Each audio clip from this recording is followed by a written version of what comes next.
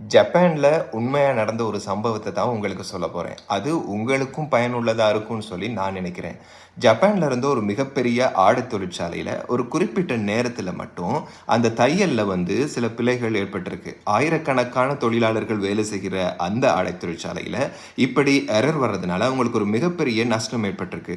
உள்ளக ரீதியில பல ஆய்வுகள செஞ்சு பார்த்திருந்தாலும், அதுக்கு சரியான தீர்வு கிடைக்கல. அதுக்கு பிறகு இவங்க வெளியிலயும் சொல்லியிருக்கிறாங்க. இப்படி இந்த குறிப்பிட்ட நேரத்தில எங்கள் தையல்ல பிழை வருது. இத சரியான முறையில இதுக்கு ஒரு தீர்வ சொல்லுங்க அப்படின்னு சொல்லி இவங்க வெளியவும் சொல்லியிருக்காங்க. அப்ப நிறைய பேர் அது சம்பந்தமான பல ஆய்வுகளையும், தீர்வுகளை சொல்லியிருந்தாலும் கூட, அது அவ்வளவு தூரத்துக்கு சரியான விஷயமாக இருக்கல. அப்போ ஒரு 13 வயது சிறுமி இது சம்பந்தமான ஒரு ஆலோசனை சொல்லணும் அப்படின்னு சொல்லி முன் வராங்க.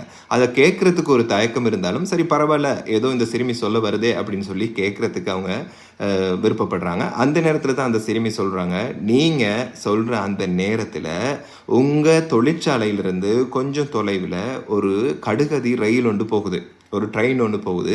அந்த ட்ரெயினினுடைய அதிர்வுனால இது நடந்திருக்கலாம் அப்படின்னு சொல்லி நான் சந்தேகப்படுறேன்" அப்படின்னு சொல்லி. அதுக்கு பிறகு அந்த நிறுவனத்தில் இருக்கக்கூடியவர்கள் பார்க்கின்ற பொழுது, உண்மையாகவே அந்த ட்ரெயின் போற அந்த சந்தர்ப்பத்தில ஏற்படுகிற அதிர்வுனால தான், அந்த தையல் எரர் இல்லன்னு சொன்னா தையல்ல பிழை ஏற்படுது அப்படிங்கிறத கண்டுபிடிச்சிருக்காங்க.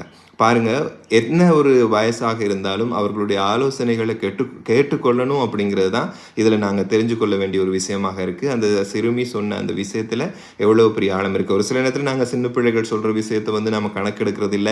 அது எந்த அளவுக்கு உண்மையா இருக்கும் இல்லன்னு சொன்னா அப்படின்னு சொல்லி நாங்க பெருசா அத கேட்டுக்கொள்றது இல்ல. ஆனா அந்த நிறுவனம் அந்த 13 வயது சிறுமி சொன்னதன் பிறகு அதை நடைமுறைப்படுத்தியிருந்தாங்க.